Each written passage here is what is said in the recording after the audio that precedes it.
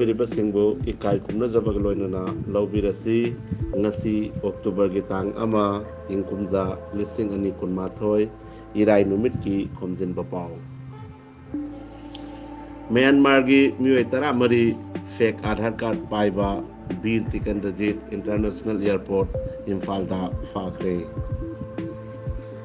पंजाब की हानगी chief minister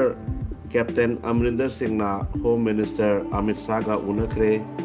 हौजिक हौजिक ओइरिबा पंजाब की पॉलिटिकल फिबमदा कुपना खन्ना नैनकी ngarang numidang kachargi tolengamda bike accident amada miyoi mari tamthila sokle makhoi sing adu silchar medical college ta laikannari Delhi ki restaurant amada ahanba oina cryptocurrency na bill paid tawba jakre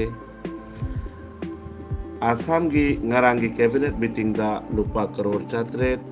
Hindustan Paper Corporation ki employees ki damak lauthokre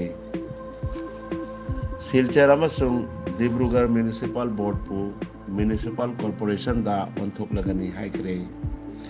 leptana hengalakliba population growth pu yenglaga decision asi laukibani lakadoriba Uttar Pradesh ki assembly election ingkumza 2019 gi Congress ki mihut lagliba October gi tang 10 gi manungda lauthoklagani haikre Indian Postal Service ta